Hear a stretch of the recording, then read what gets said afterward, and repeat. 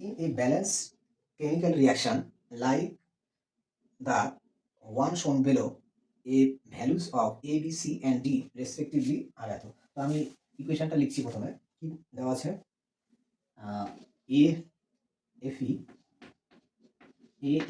Plus B H2O এক্ষেত্রে balance ইকুয়েশনটা কি দেওয়া আছে? দেওয়া আছে C Fe2 Fe3O4 plus DH2। আচ্ছা, তো এক্ষেত্রে এবিসি এর মানগুলো কি কি হবে দেখো।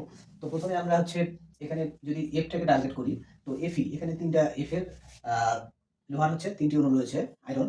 তো আর এক্ষেত্রে দেখো ডান দিকে হচ্ছে তিনটা অণু রয়েছে আর এদিকে হচ্ছে একটি অণু রয়েছে, তাহলে এর মান কত হবে? এখানে 3 আছে, তাহলে এখানে হচ্ছে 3 দিয়ে যদি আমরা গুণ করে দিই তাহলে 3 হয়ে যাবে। আচ্ছা, তাহলে এর মান 3 হচ্ছে।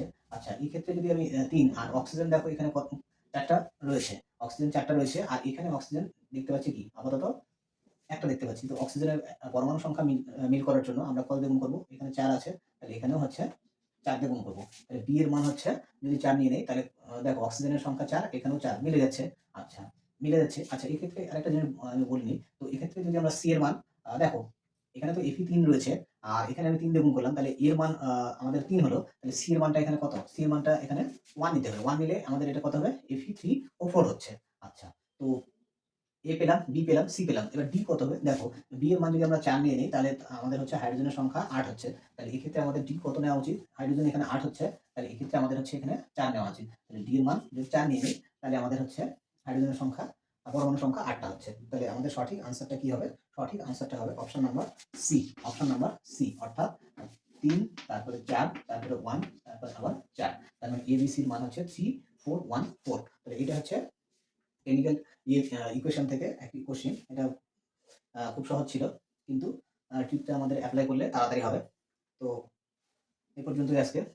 তো ভিডিওটি যদি ভালো লাগে, পরীক্ষার উপযোগী মনে হয়, তো আমার এই ছোট্ট চ্যানেলটিকে তোমরা সাবস্ক্রাইব করে পাশে থাকবে এবং লাইক শেয়ার কমেন্ট করবে এবং তোমাদের মতামত কমেন্ট সেকশনে জানাবে এবং বন্ধু বান্ধবদের মাঝে ভিডিওটি শেয়ার করবে। ধন্যবাদ।